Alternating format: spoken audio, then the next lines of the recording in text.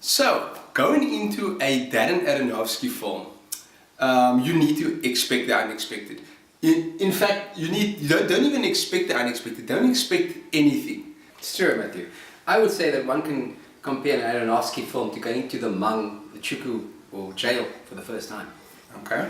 You know, Trankies by the ankles. Just accept the fact that you're in a book now and get eaten in the gut.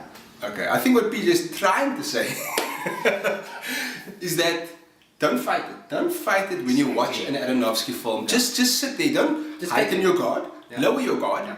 And just let it wash over you. Accept your fate. Accept your you're fate. in the Hmong now, and they are about to eat you. They're about to eat you. Don't fight. Don't fight it. None of that nonsense about throwing the first punch. No, Okay? don't be silly, Don't man. fight back.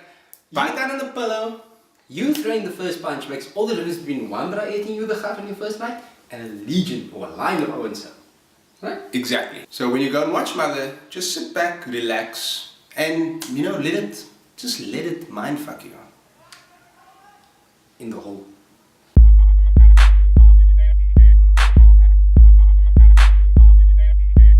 Hey, I'm Matt, And I'm Peach, and welcome to that movie review. aka TMR.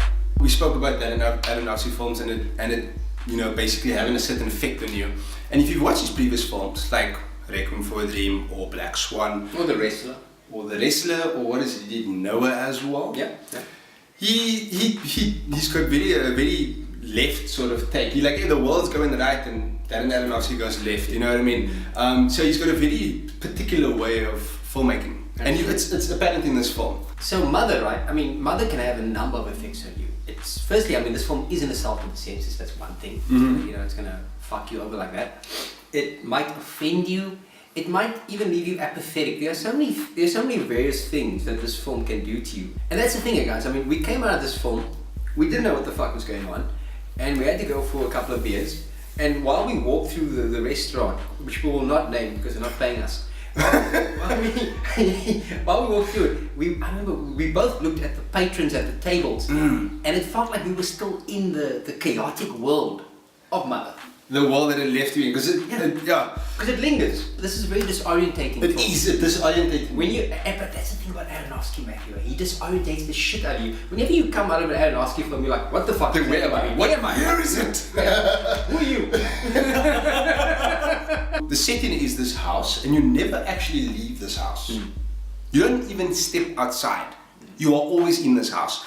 And Javier Bardem and Jennifer Lawrence characters, I forget their names now, they're husband and wife, and they live in here alone, and Javier Bardem is a writer. Jennifer Lawrence character she's a homemaker. She's literally a homemaker. She's literally building. The house was basically it's a fix-upper, and she's been fixing this house for some time now. Their characters are having somewhat of a rough time in their marriage. You can get that sort of vibe from them, and so while they're still trying to sort that stuff out, you can see there's some awkward moments between the two of them. They start receiving visitors to the home. Yeah. It starts with Ed Harris, then you get Michelle Pfeiffer, and then two other guys. I forget their names now. It's Donald, the one. It's actually the brothers Gleason. Yeah, the brother, Jim Gleason's son. Is it Jim Gleason? No, it's not Jim Gleason. Because you said Jim now, you may forget this. Irish Brendan Gleeson. Brendan Gleeson. Yeah. That's his son. So they're brothers in real life. Yeah. So they stick eight, and then more people come, and It basically the situations that they bring. It escalates, and there's always conflict in the house. There are always visitors coming to the house, basically. And what it does is it challenges the dynamics of the relationship Between Javier Bardem and Jennifer Lawrence. Lawrence. Yes, there we go. That's probably the best explanation That's the best way to sum it up. of this film that you're gonna get. Yeah. If you like conventional storytelling and storylines, there's a middle, there's a start, there's a middle, and end, or at least that one connects. 3-act structure. There we go. Like 3. Hey, I tell you, film school. If you like that kind of thing, you might not like this film. True. Because it's nothing like that.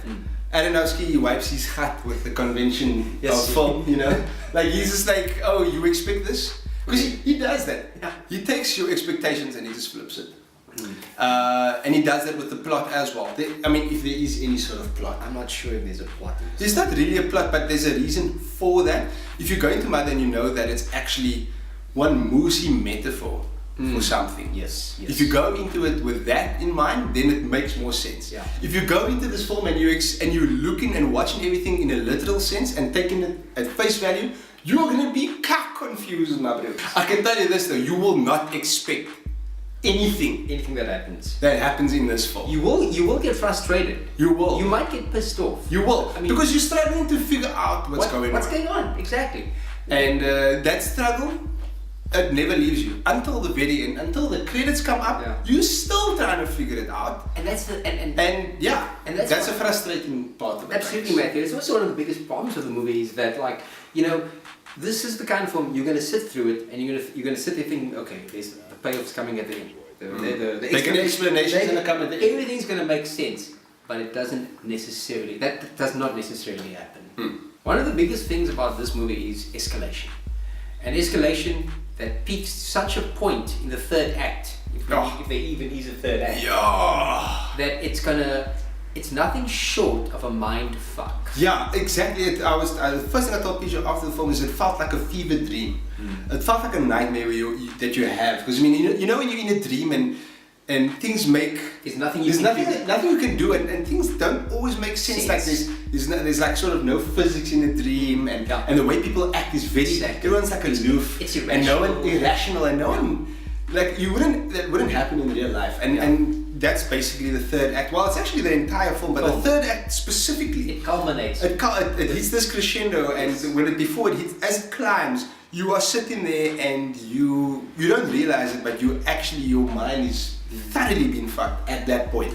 And you know, like you don't know it until it's too late, and it just builds and builds and builds, and when it finishes, what the crescendo is, when you see what the crescendo is, and what this whole film is about, like just before it hits that last part of the film where there was a sort of a resolution and where the time loop closes, you will be disturbed. You will be disturbed. And I'm going to put it this way, I'm not going to tell you what happens to Jennifer Lawrence's character, but let me just put it this way. She did mention that this is probably the most demanding role for her, and there's this one particular scene that happens right before the crescendo that if it doesn't disturb you, then there's something wrong with you, my bro. So PJ, it's that time where we give it a score. This is a very hard film to review. We actually usually have talking points. PJ writes some of our reviews and he writes down things that we can talk about. And this one, we didn't know, we felt we needed to actually have a discussion in this regards, and that's why this is quite a raw review. Exactly, because this film will incite debate. Absolutely. So please, if you've watched Mother, please let us know what you think in the comments. Absolutely. You gotta kind of be spoilery when you talk about this film. There's no other way. Yeah. But even if you read spoilers and watch spoilers and nothing's gonna prepare you, It doesn't actually matter because... It doesn't matter. Yeah. Anyway. So for all the points that I mentioned now, I don't think I've mentioned this throughout the review, but I really thoroughly like this film. But I find it so weird to say I like this film due to the content, because it's like I kind of hate it, because it made me so frustrated at some points. I really don't know how to feel about this film, but for the way that it made me feel, I know that's what Aronofsky, that was his aim. It was his intention. That was his intention. So I'm actually gonna go ahead and say I like this film, and I'm gonna give this film a 7 out of 10. Shot lovely. It's got classic Aronofsky traits in it. It's a mind-bending film of note, and I love those. I gotta admit, I was very frustrated with this film. I fucking rushed from, and I've got reasons. I mean, I was late for this movie. Matthew was here on time for a change. I fucking drove my hat off.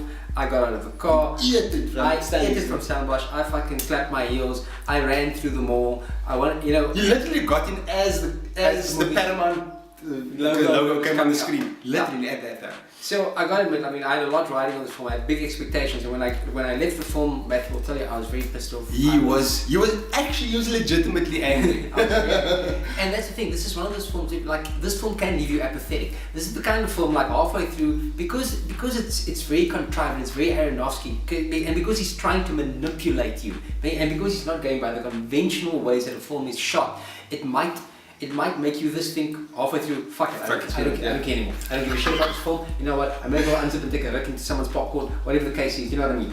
That's how bad this film is, or how bad this film might seem. But the fact of the matter is that I slept on it, and I had time to think about it, and I have to sort of, I have to, No, I mean, I'm I have curious. to, I have to sort of agree with my friend and colleague over here that I suppose the film deserves a reluctant 7 out of 10. Wow! You know, this guy was gonna give it a 3 yesterday. I wanted to give it a He was gonna give it a 3. That's how angry he was when he got us like, fuck this film. Yeah, Fuck Aronofsky, yeah. fuck everybody. Sick of this cuck. Sick of this cuck. And the thing Let's go have a beer. now. So that's it this week for that movie review. Thanks for watching, guys. Please like us on Facebook, subscribe on YouTube, and follow us on Instagram and Twitter. Don't be so, man.